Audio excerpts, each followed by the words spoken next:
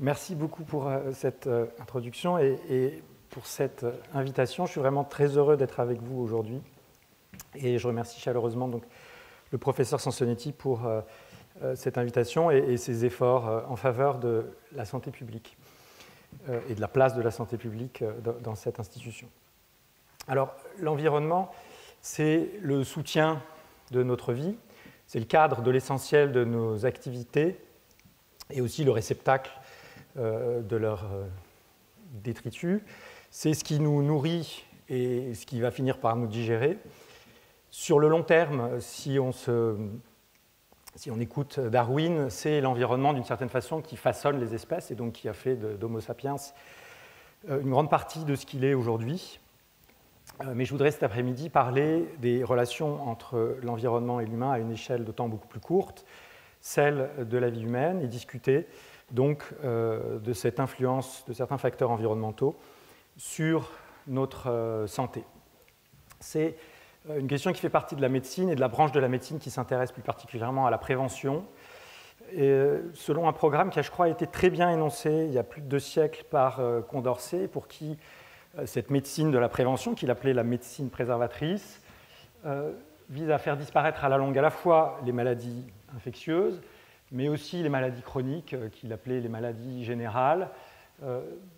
qui doivent leur origine au climat, aux aliments, à la nature des travaux. Donc là, il fait référence aux expositions professionnelles. Et il nous fixait cet objectif, je crois,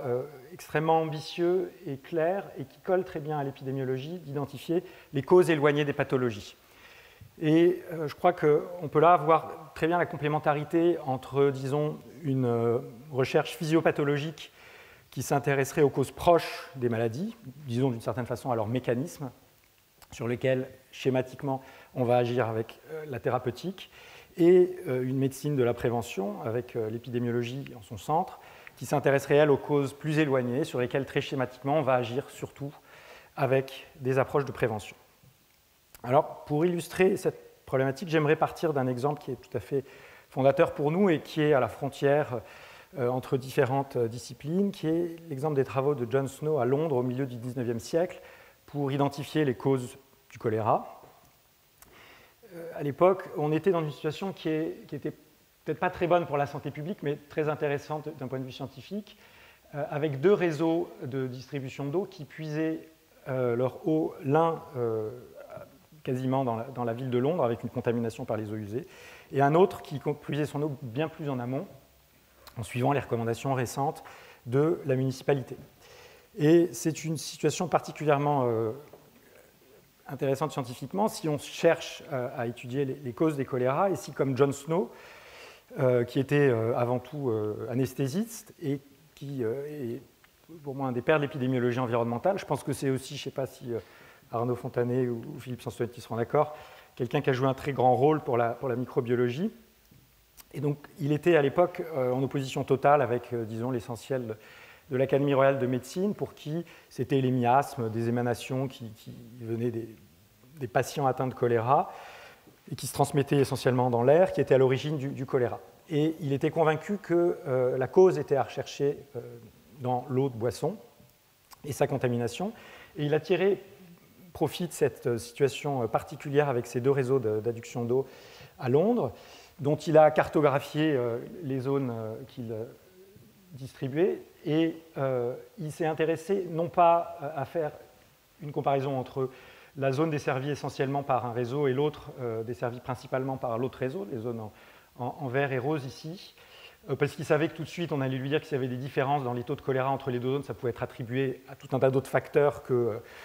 la composition de l'eau, par exemple la distribution des activités professionnelles. Et c'est sur cette 3e zone en gris qu'il a centré ses efforts, 3e zone dans laquelle les 2 réseaux de distribution étaient impliqués. Et en allant dans cette zone, il a identifié que dans un pâté de maisons donné, il y avait alternativement des maisons qui étaient alimentées par un réseau ou par l'autre, de façon extrêmement intriquée, ce qui, bien que globalement les 2 populations desservies par chacun des 2 réseaux étaient similaires, ce qui l'a décrit comme une situation correspondant à une expérience naturelle. Et quand, en allant chercher finement et en attribuant à chaque maison le réseau de distribution d'eau correspondant et en comptant le nombre de décès par choléra, eh bien, en faisant cela, il a mis en évidence une multiplication environ par 9 du risque de décès par choléra dans les maisons qui étaient desservies par le réseau qui puisait son eau dans la ville avec une contamination possible par les eaux usées. Ce qui a permis d'identifier, sinon la cause, mais du moins un levier sur lequel agir contre le choléra efficacement, à une époque où on était une trentaine d'années avant les travaux de Corr sur Vibrio choléra. Alors, je crois que Pacini avait déjà identifié le Vibrio du choléra à cette époque-là, mais c'était des travaux qui étaient, je crois, pas du tout connus par la communauté scientifique. Donc tout ceci illustre, je crois, très bien la place et le rôle de l'approche de l'épidémiologie, avec ici un modèle dans lequel on a une caractérisation très efficace, simple mais très efficace, des expositions, des pathologies, en l'occurrence ici la mortalité par choléra,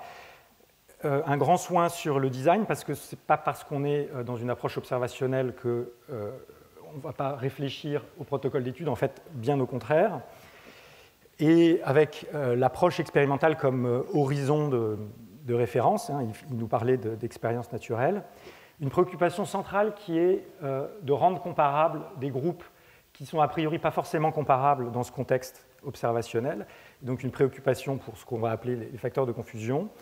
et des résultats qui sont opérationnels du point de vue de la prévention, sans forcément apporter beaucoup d'éléments précis sur les mécanismes impliqués, ni même sur l'agent causal précis.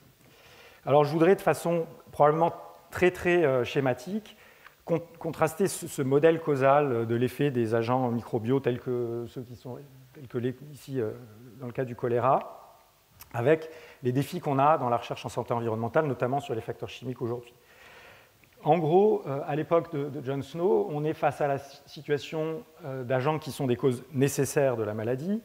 maladies qui sont extrêmement spécifiques avec des symptômes sans équivoque, et une période d'incubation courte de quelques jours ici. Si on s'intéresse aujourd'hui à des agents physiques ou chimiques susceptibles d'influencer la santé, dans les doses auxquelles on les rencontre dans nos pays, en général, c'est des causes pas nécessaires et a fortiori pas non plus suffisantes, bien sûr, de maladies qui ne sont pas du tout spécifiques de l'agent, qui sont multifactorielles. Il y a quelques exceptions, mais pour moi, c'est des contre-exemples. Par exemple, la maladie de Minamata à la suite d'exposition à des doses plus ou moins élevées de mercure ou méthylmercure, par exemple. Et puis, une période de latence qui peut, dans certains cas, être brève, mais qui peut aussi être de plusieurs années, voire de plusieurs dizaines d'années. Et je voudrais illustrer les défis de cette recherche en prenant l'exemple de deux familles de polluants. Les particules fines, donc quelque part de la perturbation atmosphérique, et puis un perturbateur endocrinien, le bisphénol A. Et je vais très rapidement, en fonction du temps, dire quelques mots concernant l'exposome. Alors le contexte, il a évolué du point de vue démographique et de santé publique depuis l'époque de John Snow, avec cette merveilleuse courbe de l'augmentation de l'espérance de vie en France, avec une multiplication par 3 de l'espérance de vie. On passe d'environ 25 ans vers 1750 à plus de 80 ans aujourd'hui. Ça s'explique notamment par une diminution très forte de la mortalité infantile et notamment via le contrôle de la mortalité par les agents infectieux. Vous avez ici des données américaines sur le bouleversement de la structure des causes de décès, avec aujourd'hui une contribution très forte, elle n'est pas nulle bien sûr, mais très faible, des agents infectieux et en contrepartie une augmentation des maladies chroniques qui surviennent à un âge avancé, ce qui ne veut pas dire que tous les déterminants sont tardifs, bien sûr, au contraire. Alors, ce qui explique ce contrôle des agents infectieux, c'est les progrès du côté de la prévention, notamment l'hygiène, notamment la vaccination, et puis aussi du côté de la thérapeutique, au moins à partir du milieu du XXe siècle, avec les antibiotiques et d'autres traitements efficaces de différentes pathologies par la suite. Donc je vais examiner différents éléments en faveur du rôle de facteurs environnementaux sur ces maladies chroniques, en commençant d'abord par des arguments, je dirais indirects, en tout cas de mon point de vue d'épidémiologiste. Le premier d'entre eux, c'est le rôle majeur des facteurs sociaux comme déterminants de la santé. Alors je ne vais pas m'étendre sur cette question, surtout que je sais que vous accueillerez ici Didier Fassin cette année, qui parlera probablement très clairement de cette question des inégalités sociales de santé, mais je voudrais juste rappeler que ces facteurs sociaux sont très prédictifs de la mortalité et de la santé en général. Ici, vous avez le taux de mortalité au-delà de 30 ans. Il ne faut pas regarder les comparaisons inter-pays, mais intra-pays entre différentes catégories sociales définies en fonction de leur niveau d'éducation. Et vous voyez un gradient de mortalité dans la défaveur des catégories les moins favorisées socialement. Et ce gradient s'observe y compris dans des pays comme les pays scandinaves, où le rôle des inégalités sociales dans l'accès aux soins, qui sont réels et qu'on ne peut pas négliger, explique probablement pas l'essentiel de l'écart de mortalité entre les gens plus favorisés socialement et ceux qui sont moins favorisés, ici marqués par le niveau d'éducation. Et je ne vais pas m'étendre, mais cette différence ne s'explique pas non plus par des polymorphismes génétiques. À un niveau beaucoup plus fondamental, un autre argument en faveur du rôle des facteurs environnementaux est lié à ce qu'on a compris des mécanismes proches à toutes les connaissances de la physiopathologie, des maladies chroniques et l'implication des grands systèmes de défense et d'adaptation de l'organisme dans ces pathologies. Alors, je vais être très bref, surtout ici dans cette audience, mais on a bien sûr dans l'organisme des systèmes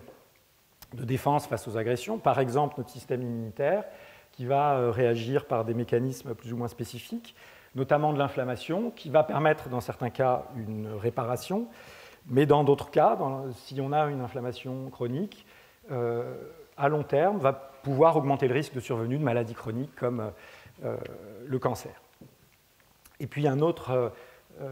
ensemble de mécanismes que sont les mécanismes épigénétiques. Ces modifications épigénétiques peuvent entraîner des altérations dans l'expression de certains gènes qui peuvent permettre de s'adapter à une modification de l'environnement, au moins à l'échelle de la vie, voire sur le plus long terme, voire les cours ici d'Edith Heard. Mais ces modifications de l'expression des gènes peuvent aussi faire le lit de pathologies chroniques. Et la recherche en toxicologie, pour faire un petit peu bref sur des questions absolument passionnantes, a identifié qu'un certain nombre de facteurs environnementaux sont capables d'allumer disons, ces mécanismes de réponse et de défense de notre organisme et d'entraîner, par exemple, dans le cas des particules fines ou du plomb, des mécanismes d'inflammation chronique, de stress oxydatif, voire dans certains cas d'entraîner des modifications épigénétiques, ou bien d'interagir avec d'autres systèmes de notre organisme, et notamment le système endocrinien ou le système nerveux. Ces effets sont encore plus sévères s'ils surviennent dans le cas d'exposition développementale, car le fœtus, le nouveau-né, a des mécanismes de défense qui sont souvent pas matures, car l'organogénèse, le développement sont des mécanismes extrêmement complexes et contrôlés finement et donc fragiles. Et puis on sait aussi que pendant le développement, il y a des bouleversements épigénétiques qui surviennent. On sait aussi que le système endocrinien qui contrôle une partie de ce développement peut être perturbé. C'est tout le travail sur les perturbateurs endocriniens qui a permis d'identifier des dizaines de substances qui sont susceptibles d'interagir à différents niveaux avec le système endocrinien, notamment avec les récepteurs nucléaires, mais aussi avec le métabolisme des hormones. Ceci a amené la formulation du concept de DOAD, ou origine développementale de la santé et des maladies, qui est selon lequel la santé à l'âge adulte est en partie influencée, on peut parler de programmation, si on comprend bien ce qu'on veut dire par là, ça veut dire influencée, par des événements qui surviennent très précocement. Et c'est complètement en écho avec des travaux qui viennent de la santé publique dans les années 70-80, et notamment à partir des années 80, par David Barker, l'épidémiologiste anglais, qui avait mis en relation le poids de naissance avec le risque de pathologie métabolique, pathologie cardiovasculaire et de décès pour ces causes de nombreuses décennies par la suite. Et depuis les collègues toxicologistes, biologistes cellulaires, biologistes moléculaires se sont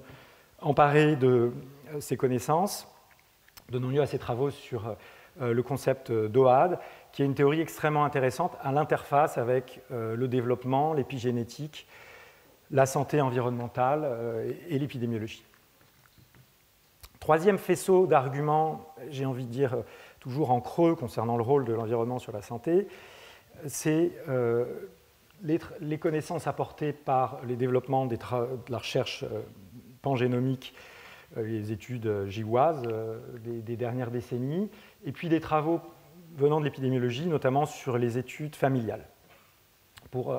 dire un mot des études familiales, le principe est tout simplement de comparer des vrais jumeaux avec des faux jumeaux qui ne partagent qu'une partie de leur patrimoine génétique, ou des faux jumeaux avec des frères et sœurs, ou des frères et sœurs avec des cousins,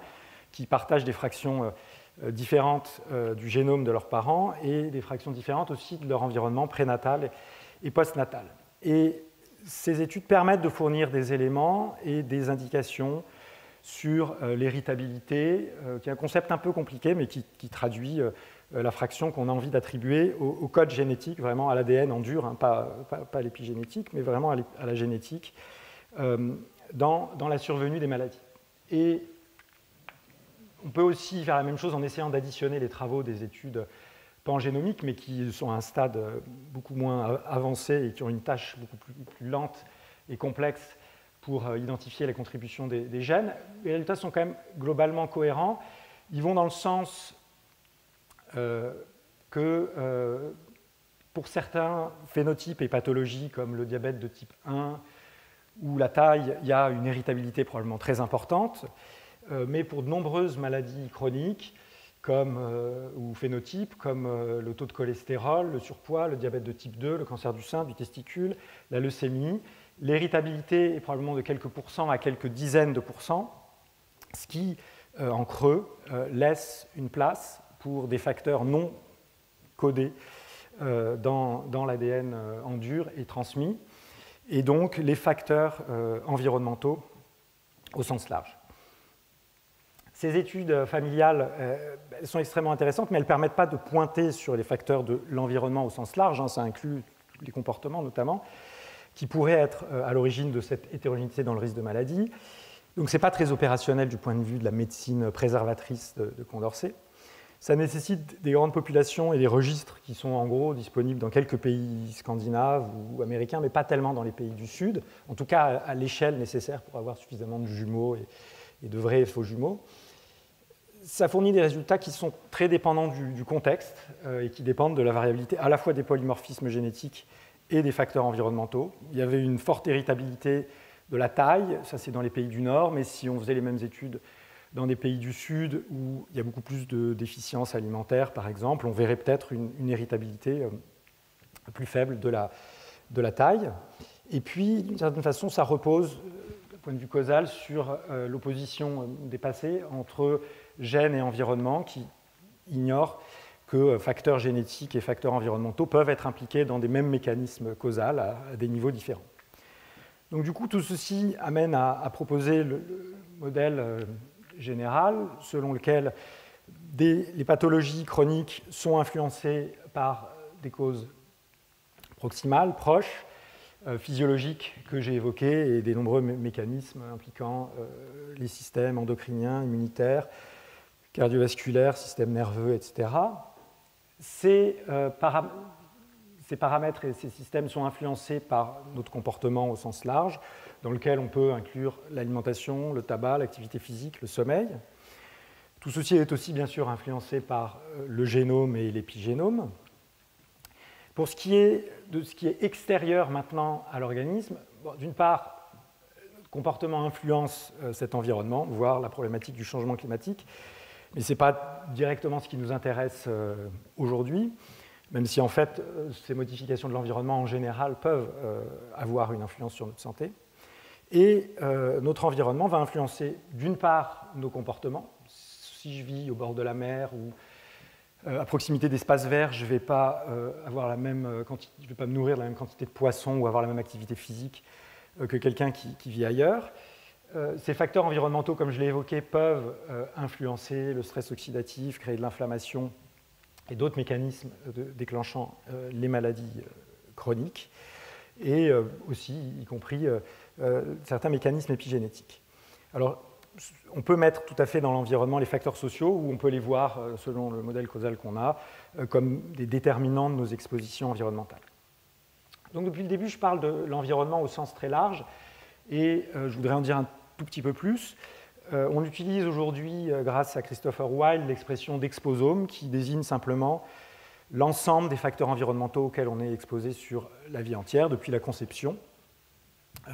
quelle que soit leur nature. L'idée est ici vraiment de faire pendant au génome, qui inclut l'ensemble des paramètres génétiques. Ces facteurs de l'environnement, ça inclut en premier lieu les agents biologiques, les bactéries, les virus, les parasites eucaryotes, les agents physiques, les rayonnements ionisants, non ionisants, la température, les paramètres météorologiques, le son, le bruit. Et puis les facteurs chimiques d'origine naturelle. On peut penser aux mycotoxines si on se focalisait sur les effets sanitaires, ou produits par l'humain, et il y a probablement plus de 20 000 substances commercialisées aujourd'hui en Europe, au-dessus d'un certain niveau, en excluant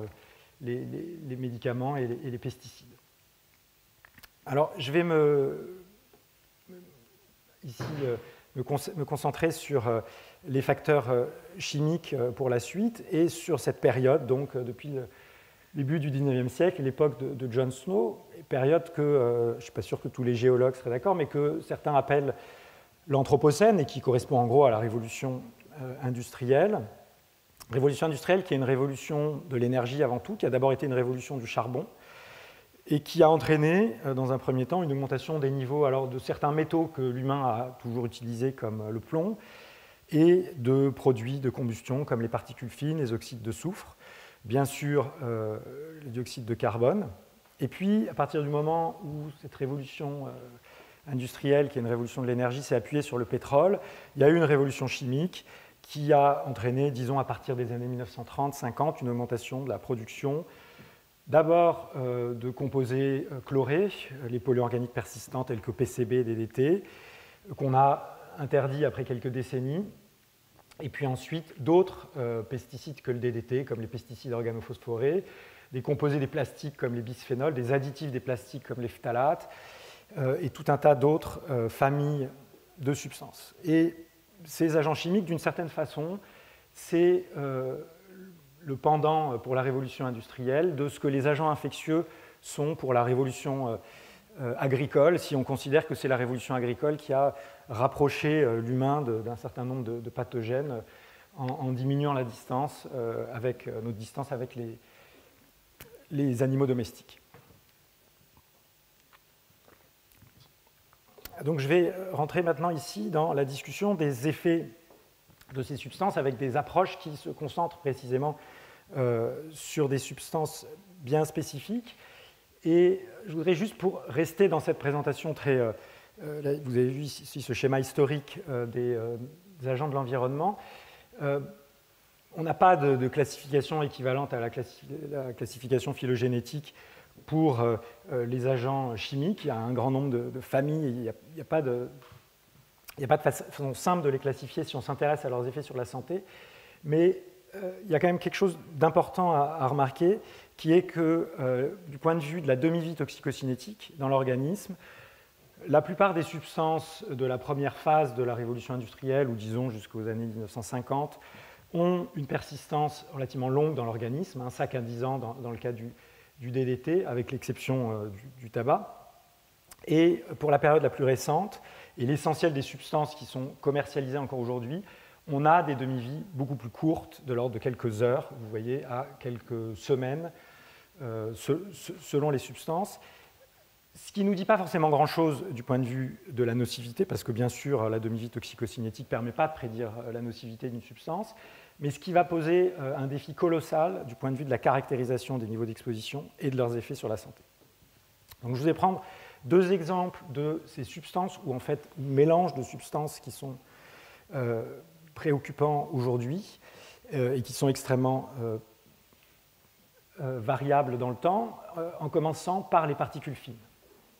L'alerte sur les effets des particules fines sur la santé vient notamment de l'épisode de smog de Londres de 1952, qui était extrêmement important, à tel point qu'en plein jour, on n'y voyait plus rien. Vous voyez que les véhicules avaient allumé leurs phares. On avait du mal à faire circuler les ambulances. Et très rapidement, après ce pic de pollution, et à l'époque, il y avait déjà un suivi de la pollution, on a observé une augmentation de la mortalité, qui correspond à plusieurs milliers d'excès d'essais en excès sur la période du mois de décembre 1952, et une multiplication par 2 du taux de mortalité pendant l'épisode de smog, qui a duré quelques jours. Et là, on est dans une situation qui, du point de vue scientifique, est relativement simple, parce qu'on a un facteur de risque qui est visible. En fait, on ne voit rien dehors, mais c'est parce qu'il y a un facteur de risque environnemental qu'on voit. Il n'y a pas de décalage entre l'exposition et les premiers effets de la substance. Les effets sont graves et suivis précisément. En l'occurrence, ici, c'est la mortalité. Et il y a un impact à l'échelle individuelle qui est important, une multiplication par 2 du risque de mortalité, à une période où on n'avait pas d'explication alternative pour cet excès de mortalité, puisqu'il n'y avait pas encore le début de la vague de froid, et l'épisode grippal hivernal n'avait pas non plus débuté. Donc je dirais qu'on est dans une situation simple pour le scientifique. À la limite, il n'y a pas besoin de science, à une condition qui est de regarder à la bonne échelle. Parce que si vous êtes uniquement à l'échelle individuelle, on ne voit rien. Le médecin qui voit un cas d'infarctus du myocarde, ici, il n'a aucun moyen pour l'attribuer ou pas au pic de pollution. S'il y a, il y a une multiplication par 2 du risque de mortalité, donc il y a sur 2 cas en moyenne, entre guillemets, c'est faux rigoureusement, mais en moyenne, un qui est dû à la pic de pollution, l'autre qui n'y est pas dû, eh bien, le médecin qui raisonne sur chacun des cas n'a pas les moyens de distinguer l'infarctus du myocarde qui est dû au pic de pollution de celui qui n'est pas dû. Dans les 2 cas, il va trouver des particules fines dans les poumons, et il n'a pas de signature moléculaire manifeste simple pour l'infarctus qui serait déclenché, entre guillemets, par la pollution. Donc le médecin, l'étude de cas ici est aveugle, et c'est le fait d'être à l'échelle populationnelle qui permet de produire cette courbe extrêmement simple et de faire la lumière sur la cause. Et d'ailleurs, ce n'est pas un hasard qu'on soit à nouveau à Londres, parce qu'à Londres, depuis 1603, il y a un suivi hebdomadaire de la mortalité, et on peut contraster cette situation en 1950 avec la situation en France en 2003. Rappelez-vous la canicule et la difficulté des autorités à répondre aux urgentistes, aux pompes funèbres qui disaient qu'il y avait des décès en excès en début de canicule. On n'avait pas de système de surveillance en temps réel à l'époque de la mortalité. Heureusement, ça a changé depuis. Donc un mécanisme causal simple et à la limite tout à fait similaire à la situation des études de John Snow. Alors moi, quand je suis arrivé à l'épidémiologie environnementale, la question des effets de la pollution atmosphérique sur la mortalité, sur les pathologies cardiovasculaires était déjà bien comprise, et je me suis intéressé à une situation différente avec un modèle un peu plus simple que ce modèle causal qui s'apparente à celui qu'on a pour certains agents infectieux. Et la question qui m'a intéressé en allant travailler chez mes collègues du Helmholtz Center à Munich est celle des effets de la pollution atmosphérique sur la croissance du fœtus. Là, les niveaux de pollution avaient fortement baissé, on n'était plus face à un facteur de risque facilement visible sans outils scientifiques. La croissance du fœtus n'est pas une pathologie considérée par les cliniciens particulièrement grave, même si les travaux de Barker montre son importance et son lien avec, statistique au moins avec la santé à l'âge adulte. Et on ne s'attendait pas forcément à un impact fort au niveau individuel. De plus, il y a énormément de facteurs qui peuvent influencer au niveau individuel cette croissance du fœtus et de mécanismes pas si simples qui la contrôlent. Donc j'ai convié quelques spécialistes de la question à l'époque à Munich, et dans le cadre d'un séminaire, on a essayé d'identifier quelques voies pathophysiologiques à un niveau extrêmement simple, accessible, je dirais, en partie aux chercheurs en santé publique, qui pourraient expliquer un effet des particules fines sur la restriction de croissance intra-utérine. Et on s'est dit que pour progresser sur ces questions, et ça a été en quelque sorte mon programme de travail des 12 dernières années, il fallait améliorer la caractérisation de l'exposition aux particules fines dans les travaux épidémiologiques, contrôler avec soin les facteurs de risque de croissance intra-utérine altérée, ou bien, ce qui revient au même, si c'est possible, fournir des preuves expérimentales, fournir des éléments sur les voies pathophysiologiques qui pourraient être impliquées, et si possible aussi quantifier l'impact populationnel. Alors, le premier point concernant la caractérisation de l'exposition aux particules fines est important parce que les premiers travaux sur la question s'appuyaient sur les réseaux de surveillance de la qualité de l'air, qui sont très limités du fait du petit nombre de stations de surveillance de la qualité de l'air dans chaque ville. Il y en a 2 ou 3. Donc on se retrouve à comparer différents quartiers des villes. C'est un peu l'approche que John Snow avait déjà identifiée comme étant pas totalement convaincante. Donc là, on s'est appuyé sur les progrès de nos collègues physiciens, chimistes de l'atmosphère, dans le développement de modèles de dispersion atmosphérique toujours plus fins, qui prennent en compte l'ensemble des sources d'émissions de polluants, le trafic, le chauffage, les industries, les paramètres atmosphériques à un instant donné, les réactions chimiques qui surviennent entre les différents polluants, pour nous fournir une cartographie beaucoup plus fine des niveaux de pollution. Et on a implémenté cette approche dans notre cohorte française et dans une douzaine d'autres cohortes dans le cadre d'un projet européen, ce qui nous a permis de travailler sur plus de 50 000 naissances, ce qui est un effectif suffisant pour étudier un événement aussi rare que le petit poids de naissance à terme, donc un poids inférieur à 2,5 kg avec une naissance après 37 semaines de gestation révolue, avec ici une augmentation d'environ 15 à 15% du risque de petit poids de naissance à terme pour une augmentation donnée de 5 microgrammes par mètre cube, qui n'est pas négligeable, hein, des niveaux de particules fines pendant la grossesse. Et cette association était plus nette avec les particules de diamètre aérodynamique inférieur à 2,5 microns, qui sont les plus fines qu'on peut facilement mesurer, qui vont jusqu'au plus profond des poumons, dans les alvéoles pulmonaires, et dont une fraction va pouvoir passer dans la circulation et peut-être atteindre le système endocrinien de la femme enceinte ou l'unité fœtoplacentaire. L'étude mettait aussi en évidence une diminution du périmètre crânien à la naissance. Alors pour élaborer qui soit ce modèle de pollution, et d'exposition à la pollution, il ignore le fait que les gens passent en gros 3/4 de leur temps dans l'air intérieur, où les niveaux de pollution ne sont pas toujours les mêmes. Et c'est pour cette raison que dans notre cohorte, j'ai mis en place une étude dans laquelle on a caractérisé les expositions avec des dosimètres personnels portés par les femmes enceintes. Donc là, cette fois-ci, le dosimètre suit la femme et nous fournit des éléments, qu'on soit dans l'air intérieur ou dans l'air extérieur. Et ce qu'on a caractérisé ici, c'est le benzène, ce qui, chez des personnes qui ne fument pas, est sensible notamment aux polluants atmosphériques liés au trafic routier. Et en plus de mesurer le périmètre crânien, on pouvait suivre sa croissance tout au long de la grossesse grâce aux mesures échographiques. Et le paramètre qui est suivi tout du long de la grossesse, c'est le diamètre bipariétal qui est très corrélé au périmètre crânien. Et on observe que les femmes les plus exposées au benzène ont des enfants dont la croissance du périmètre crânien est diminuée. Et ça s'observait dès le milieu de la grossesse, à une époque où on n'était pas conscient tant que ça qu'il y avait de l'hétérogénéité dans la croissance du fœtus en début de grossesse. Donc ça nous permet d'avoir différentes approches, comme vous le voyez, avec des modèles plus ou moins sophistiqués pour caractériser les expositions, un contrôle fin des facteurs de confusion qui mettent en évidence un écart dans la croissance du fœtus à différents niveaux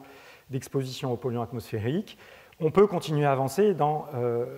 la cohorte cépage que j'ai viens de mettre en place à Grenoble. En plus de ces dosimètres individuels qui caractérisent le benzène, on mesure l'exposition personnelle aux particules fines de façon répétée et on combine ça avec des données sur les déplacements par GPS et des accéléromètres qui fournissent un indicateur indirect aussi du débit respiratoire des femmes enceintes de notre cohorte. Pour ce qui est maintenant de l'autre partie de nos travaux concernant les voies pathophysiologiques qui peuvent être impliquées, on a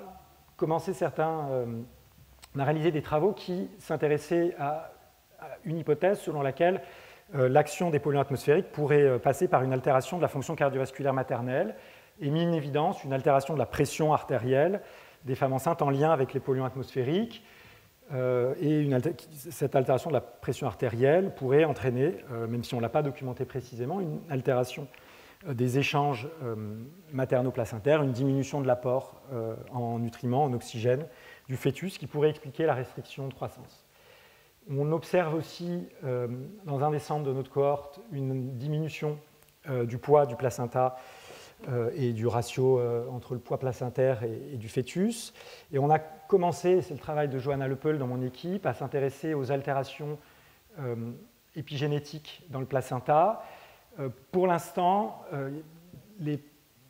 gènes dont le niveau de méthylation dans le placenta sont associés avec les polluants atmosphériques ne sont pas connus comme étant impliqués dans la croissance du fœtus, mais on ne sait pas tout là-dessus. Il y a notamment un gène qui est ADORA2B dont les niveaux varient avec les niveaux de polluants atmosphériques, qui est impliqué dans la prééclampsie, et on sait qu'il y a une association entre exposition aux particules fines et risque de prééclampsie. Mais à l'heure actuelle, on n'a pas mis en évidence d'association sur des gènes connus pour être impliqués dans la restriction de croissance chez l'humain. Donc vous voyez les travaux qu'on peut faire avec la finesse qui n'est pas celle de la toxicologie, qui est accessible dans les cohortes épidémiologiques. Et tout ceci, je crois, illustre la façon dont on progresse pour faire de l'inférence causale en santé environnementale. On s'intéresse à des effets stochastiques avec des enjeux liés à l'échantillonnage, donc il est clair que ce n'est pas une étude qui va permettre de conclure à la causalité. On est dans un contexte observationnel et on va avoir une approche qui n'est pas expérimentale, mais plutôt statistique ou liée au design pour contrôler les biais. Et il est crucial, et c'est tout à fait en lien avec ce que disait Bradford Hill dès les années 60, d'avoir des preuves qui viennent de différents contextes et de différentes approches pour se rapprocher de l'inférence causale. Ça correspond à la thèse de Rousseau-Williamson, selon laquelle il faut à la fois une preuve probabiliste, c'est-à-dire en gros un écart dans le niveau du phénotype considéré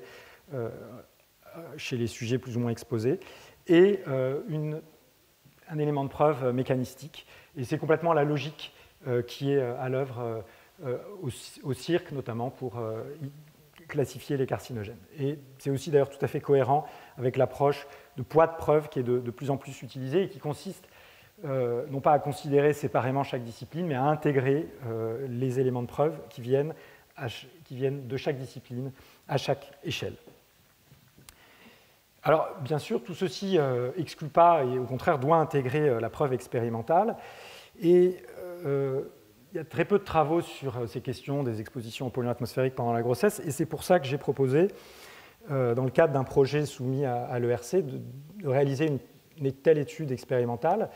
que j'ai mise en place qui a été mise en place avec mes collègues de l'INRA de Jouy-en-Josas, des spécialistes de la biologie de la reproduction, et des spécialistes du contrôle des expositions aux polluants atmosphériques hollandais, avec lesquels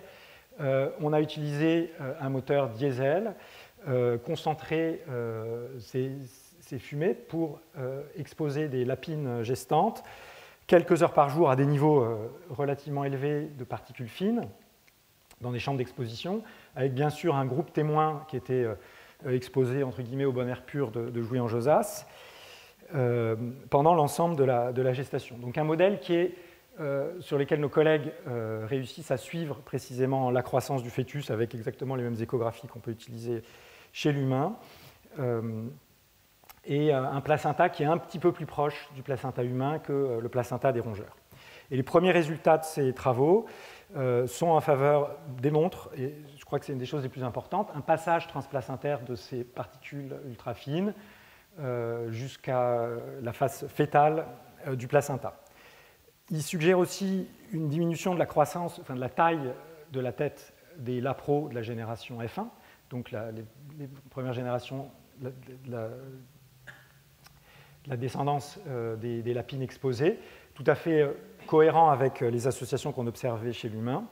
Et puis il suggère sur la deuxième génération, F2, une altération de certains paramètres métaboliques qu'on aurait bien du mal à répliquer à court terme dans nos études épidémiologiques. Donc, on a des éléments expérimentaux chez l'animal. Bien sûr, ce serait passionnant et important d'en avoir chez l'humain. Maintenant, on ne peut pas faire des essais randomisés sur des pathologies qui sont, sur des expositions qui sont nocives. En fait, on ne peut pas le faire si on randomise une augmentation de l'exposition, mais on peut le faire si on réussit à randomiser la diminution de l'exposition. Et c'est ce qui a été fait par des collègues en tirant profit du fait qu'une des situations d'exposition principales aux particules fines, c'est dans les pays du Sud, l'utilisation de ces foyers ouverts auprès desquels les femmes passent de nombreuses heures à cuisiner avec leurs enfants, ce qui est une des sources majeures de leur exposition aux particules fines, alors qu'il existe des foyers qui sont beaucoup plus efficaces du point de vue énergétique,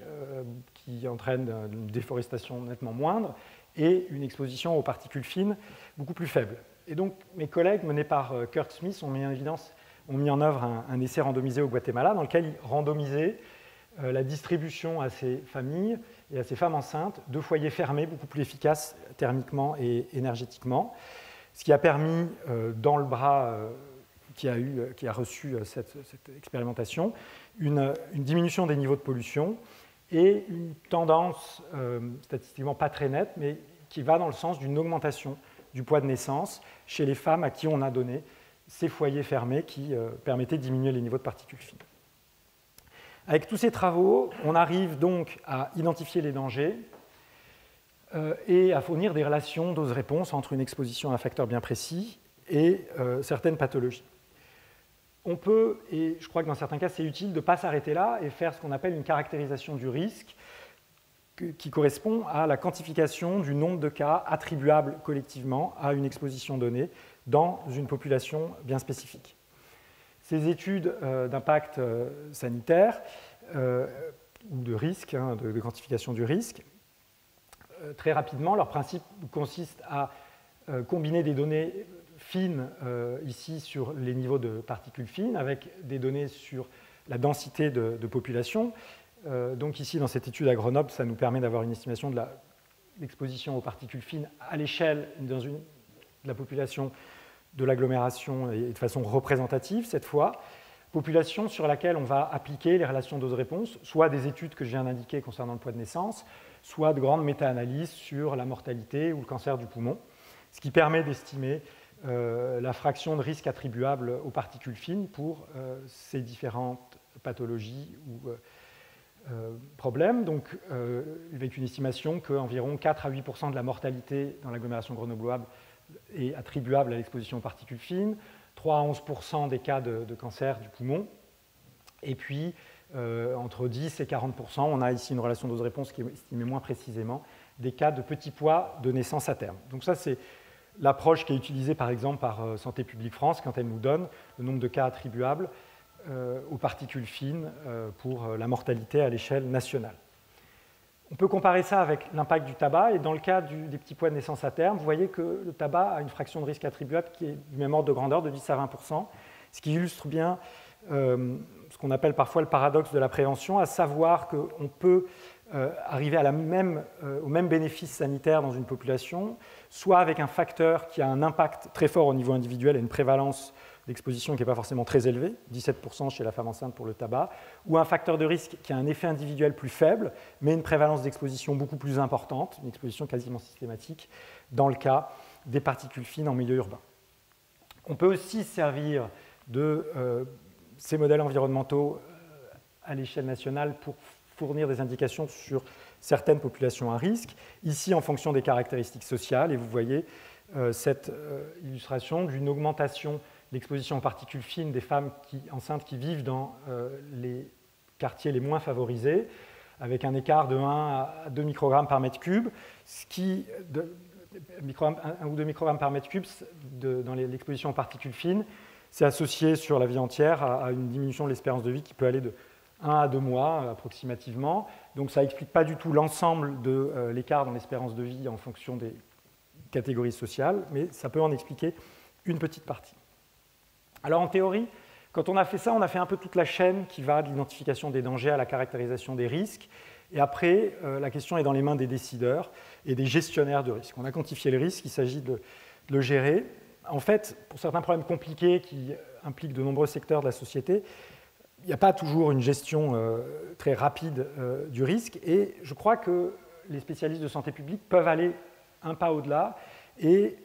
étudier de la manière la plus précise possible les différentes options de gestion qui s'offrent à la société, par exemple pour diminuer l'exposition aux particules fines. C'est ce qu'on fait dans le cadre de nos travaux à Grenoble, en quantifiant l'impact sanitaire attendu de différents scénarios de réduction de la qualité de l'air. Je ne vais pas rentrer dans les détails, mais on montre que, par exemple, se concentrer uniquement sur les points chauds, les zones les plus polluées, ça n'aura pas d'impact sanitaire important, même si ça diminuera les inégalités sociales d'exposition. On peut quantifier le bénéfice économique, et c'est ce qu'on fait avec nos collègues du CNRS, des économistes, associés à chacun des scénarios, et in fine, se rapprocher d'études coûts-bénéfices qui permettent de comparer différents scénarios d'action qui chargent ensuite à la société de trancher entre ces différents scénarios. Donc là, vous voyez que ça illustre le fait que l'épidémiologiste cherche à faire mentir Joseph de Maistre, qui disait que la santé n'est pas contagieuse, c'est la maladie qui l'est trop souvent. En plus de faire en sorte qu'on souffre moins des maladies contagieuses, la recherche sur la médecine préventive peut permettre de rendre, entre guillemets, la santé contagieuse en identifiant, comme ici, à quoi peut ressembler une ville dans laquelle l'environnement peut créer une épidémie de bonne santé, si je peux m'exprimer ainsi, en favorisant peut-être l'activité physique dans un air sain. Et cet enjeu se pose de façon aiguë, bien évidemment, dans le cadre de la réflexion sur l'adaptation et la lutte contre le changement climatique, qui va nécessiter de comparer des grands nombres de scénarios qui sont susceptibles de bouleverser la façon dont on se déplace, produit de l'énergie, se nourrit. Et il faudrait faire en sorte que, bien sûr, la santé soit surtout pas oubliée dans la comparaison de ces différents scénarios. Avec ces approches, on fait donc le passage du tableau simple des causes de décès à un tableau des causes distantes des pathologies. Vous avez ici l'estimation de l'étude du fardeau global de maladies fait à Seattle sur les principaux facteurs de risque, parmi ceux dont le niveau de preuve est le plus important, sur les années de vie en bonne santé perdues chez les Français. Si vous regardez dans le détail, et je n'ai pas le temps de m'appesantir ici, vous verrez qu'il y a très peu de facteurs chimiques et que c'est surtout les anciens facteurs de risque du début de la révolution industrielle, les facteurs comportementaux dont l'effet est bien quantifié. Est-ce que c'est parce que ces facteurs chimiques n'ont pas d'impact? Avant de conclure ça, et ce n'est pas du tout une hypothèse plausible étant donné ce que nous indique la toxicologie, il faut regarder dans le détail comment on progresse sur ces connaissances. Et je voudrais maintenant dire un mot plus rapidement de la recherche sur un de ces facteurs chimiques, le bisphénol A. Alors là, le début de la recherche, ce n'est pas une crise sanitaire comme avec les particules fines, mais des notions sur les mécanismes d'action du bisphénol A et des connaissances qui viennent plutôt de la toxicologie et des mécanismes d'action de ce bisphénol A. Le bisphénol A, c'est une des molécules qui est les plus produites au niveau international et qui est présent principalement sous une forme polymérisée qui est le polycarbonate. On s'est rendu compte, et c'est des biologistes cellulaires qui faisaient des expériences sur des bactéries dans lesquelles ils ont vu des effets œstrogéniques inattendus, qu'en fait, malheureusement, cette réaction, malgré la liaison covalente dans le polymère, est en partie réversible, surtout si on utilise, ici c'était de l'autoclavage, et donc en présence de chaleur notamment, il peut y avoir du relargage de bisphénol A, ce qui est un problème pour la population générale, parce que ce polycarbonate, dans de nombreux pays, est encore utilisé comme contenant alimentaire. Et nous, dans nos études sur les femmes enceintes, on le retrouve encore à des niveaux détectables chez 90% des femmes de nos cohortes. Là, les travaux à l'échelle in vivo, in vitro, sur notamment des tests cellulaires, indiquent qu'en plus d'être un agent œstrogénique relativement faible, il avait été considéré dans les années 30 quand on cherchait des médicaments, des œstrogènes de synthèse, à l'époque où on lui avait malheureusement préféré le distilbène avec les conséquences sanitaires désastreuses qu'on connaît. Il est aussi susceptible d'interagir avec le récepteur aux glucocorticoïdes, ce qui peut entraîner un certain nombre d'effets phénotypiques, notamment sur l'adipogénèse, la prise de poids. C'est aussi un antagoniste de l'axe thyroïdien et il interagit aussi probablement avec d'autres hormones au rôle un petit peu moins bien connu, mais qui sont notamment impliquées dans le comportement. Et du fait du rôle des hormones thyroïdiennes dans le développement du cerveau, dans la période fœtale, dans la vie fœtale et toute la phase de développement, et de ses effets aussi sur vasopressine et oxytocine, il y a des préoccupations concernant un effet du bisphénol A sur le comportement, le neurodéveloppement. Il y a un certain nombre de travaux chez l'animal sur des modèles rongeurs qui sont tout à fait convaincants, je crois, aujourd'hui. Et ce serait très important d'avoir une tentative de mettre en cohérence ces résultats chez l'animal avec ce qui se passe chez l'humain. Et je crois qu'elle peut être tentée aujourd'hui parce qu'entre-temps, chez l'humain a eu lieu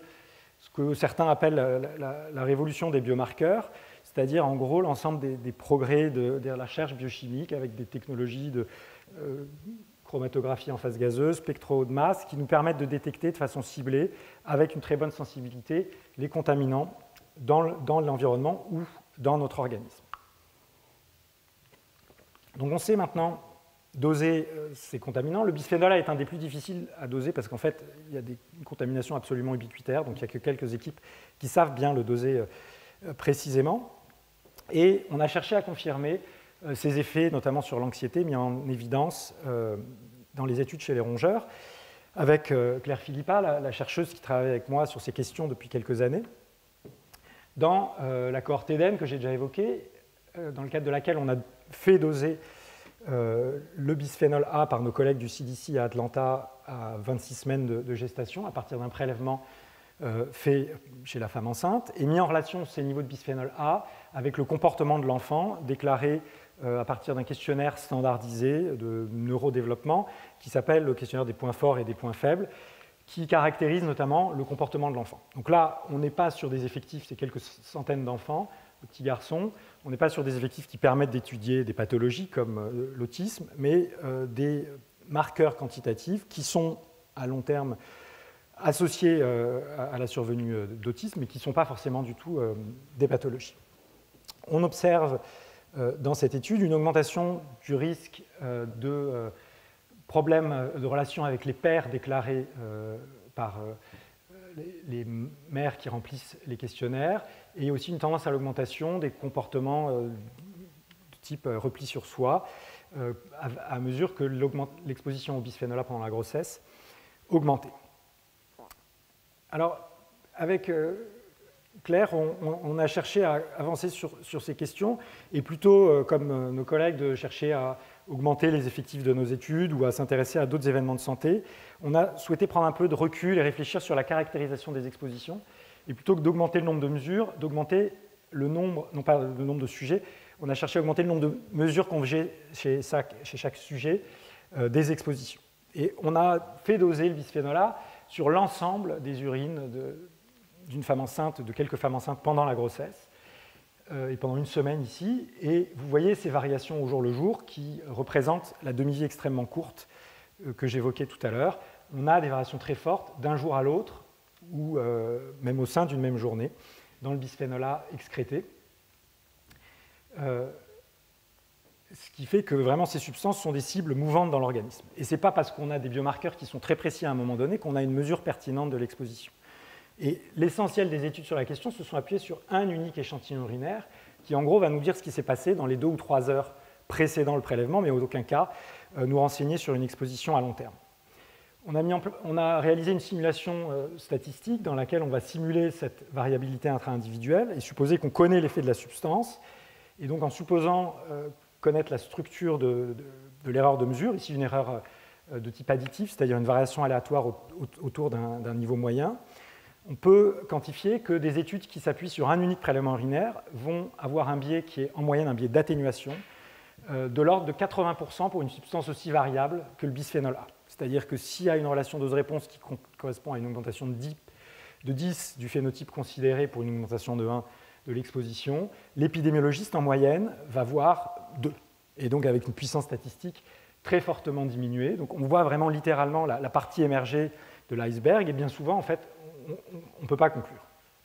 Est-ce que c'est une condamnation de l'approche observationnelle et une démonstration que la révolution des biomarqueurs n'a pas eu lieu? Je ne crois pas, et la solution qu'on propose, elle vient en fait, elle m'est venue par la comparaison avec les travaux de la partie de mon équipe qui s'intéresse aux effets des polluants atmosphériques. Les polluants atmosphériques sont aussi très variables au cours du temps et on a réussi à bien mettre en évidence leurs effets. Pourquoi? Parce qu'on a des systèmes de quantification qui mesurent très précisément les variations temporelles une station de surveillance, elle se déclenche toutes les demi-heures, toutes les heures. Est-ce qu'on ne pourrait pas avoir cette caractérisation fine ou quelque chose d'équivalent pour les biomarqueurs? L'idée, c'est tout simplement, au lieu de recueillir un prélèvement urinaire, d'en recueillir non pas 2 ou 3, mais plusieurs dizaines pendant la fenêtre qu'on considère toxicologiquement pertinente. Dans la mesure où on est sur un fluide,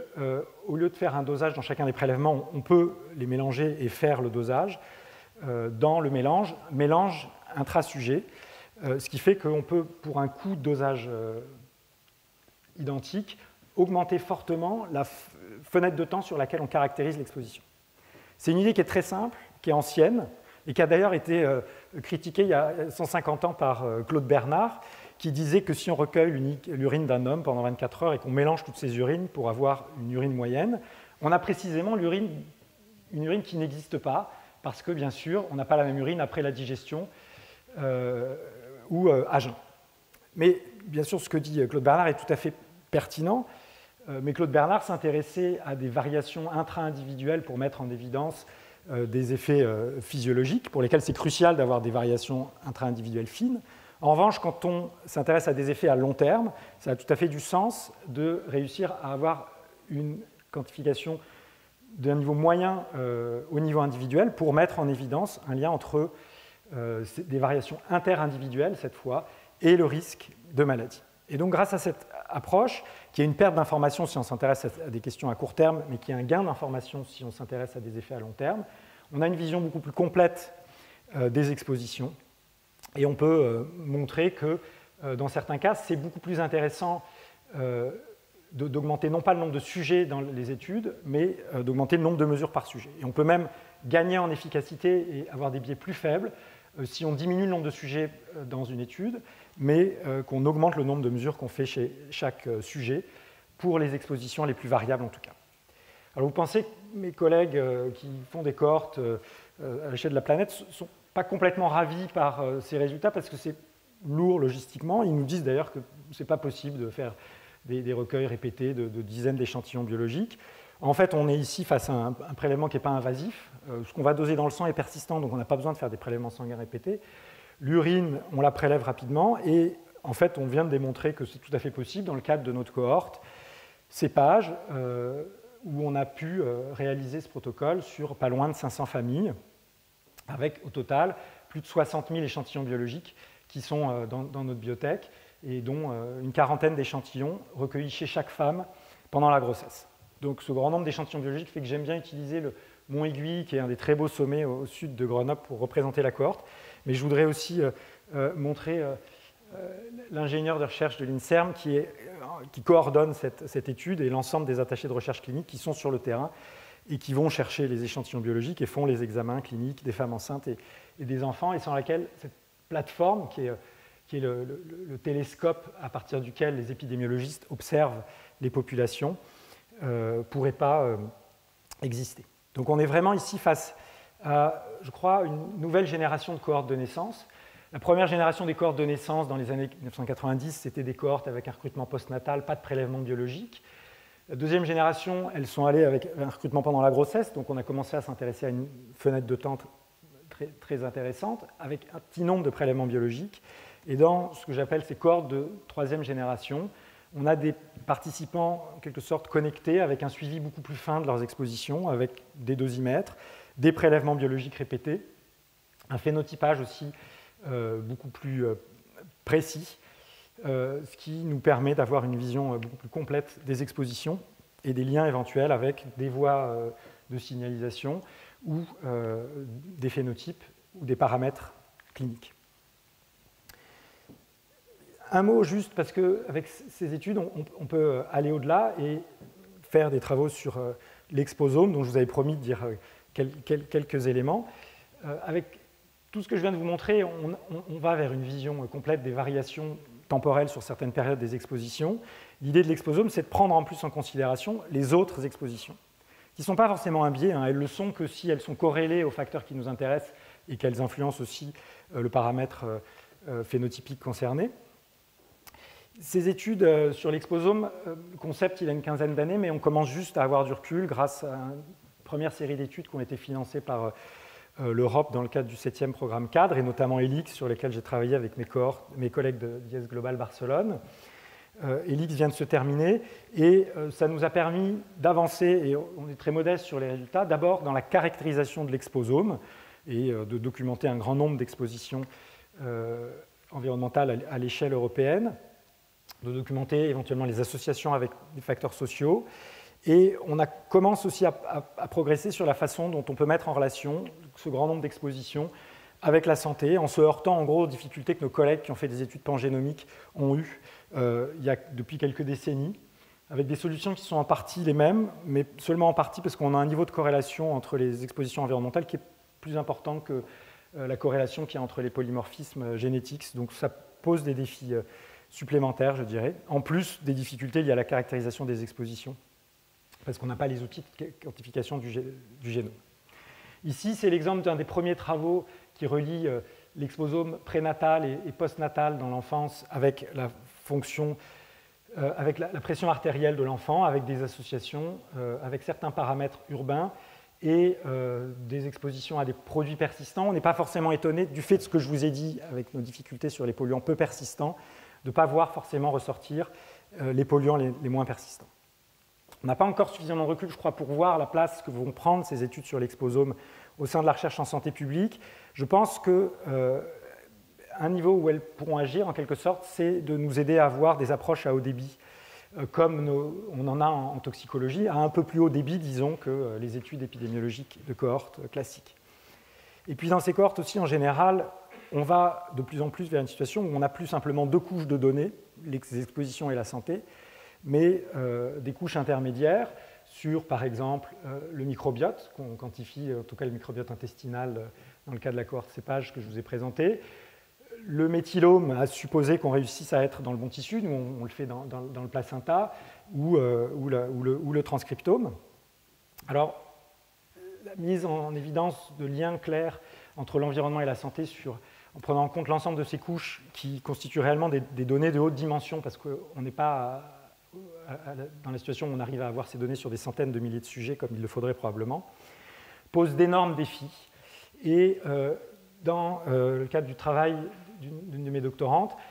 on cherche à tirer profit de la couche intermédiaire, ici en l'occurrence la méthylation de l'ADN, pour mieux caractériser les liens entre cette couche de dimension intermédiaire qu'est l'exposome et la santé, parce qu'on se rend compte qu'on a des taux de faux positifs assez importants dans le contexte de la corrélation, quand on cherche d'une façon agnostique à mettre en relation l'exposome avec la santé. Et en utilisant une approche qui cherche à utiliser cette couche intermédiaire pour faire de la réduction de données, on se rend compte qu'on peut diminuer un peu le taux de faux positifs. Ça, c'est l'approche agnostique, et ça, c'est l'approche non agnostique. Et quand on est à 1, on a un taux de faux positifs beaucoup plus proche de 5%, qui est le taux qu'on cherche à viser.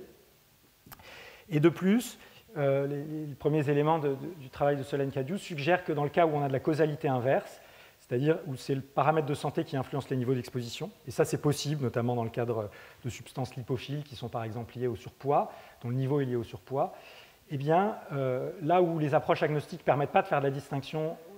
entre la situation où c'est A qui influence B ou B qui influence A, l'exposition ou la santé qui s'influence, eh bien, prendre en compte cette couche intermédiaire permet d'éliminer les situations où on a de la causalité inverse, ce qui permet de s'éloigner de ce qu'on entend souvent, de cette expression corrélation n'est pas causalité. On se rapproche de la causalité avec un outil qui n'est pas statistique, mais bien sûr qui consiste à faire rentrer de l'information biologique. Voilà. Donc, vous voyez qu'on a des défis absolument colossaux quand on cherche à quantifier l'impact de l'exposome sur la santé, que ce programme de la santé publique d'identification des dangers, les relations dose-réponse, la quantification du risque, l'identification des populations à risque et des mesures de gestion efficaces, il a été fait à l'heure actuelle que pour un nombre relativement limité de facteurs environnementaux, historiquement ceux qui avaient les plus forts effets au niveau individuel et la plus forte prévalence, comme le tabac, comme certaines expositions professionnelles, certains facteurs avec des effets individuels plus faibles, mais qu'on arrive facilement à quantifier, et qu'on a encore du travail pour ce qui est des autres facteurs. Mais c'est un travail qui est absolument passionnant et qui progresse parce que on travaille plus seul maintenant qu'on a des cohortes qui nous permettent d'avoir des échantillons biologiques qui fournissent le support d'un dialogue très fructueux avec nos collègues biologistes, notamment, nos collègues toxicologistes. Maintenant qu'on a aussi des outils pas trop coûteux pour caractériser beaucoup plus finement les expositions environnementales, notamment aux substances peu persistantes, avec les outils des biomarqueurs, et je pense que la révolution des biomarqueurs va avoir lieu si on se donne les moyens d'avoir la finesse temporelle nécessaire, si on se donne les moyens d'avoir des prélèvements répétés, avec un ensemble de modèles environnementaux, et ce qui va nous permettre, dans une certaine mesure, aussi de quitter l'approche uniquement en boîte noire, holistique, qui a été historiquement celle de l'épidémiologie. Et donc, on est réellement dans cette ère absolument passionnante où on commence à combiner réellement les outils des sciences de l'ingénieur, des sciences de l'environnement, des sciences de la vie et des sciences des données pour progresser sur l'élucidation des causes contrôlables des pathologies. Voilà, merci beaucoup pour votre attention et je voudrais bien sûr remercier tous mes collègues qui sont impliqués dans les travaux que je vous ai présentés.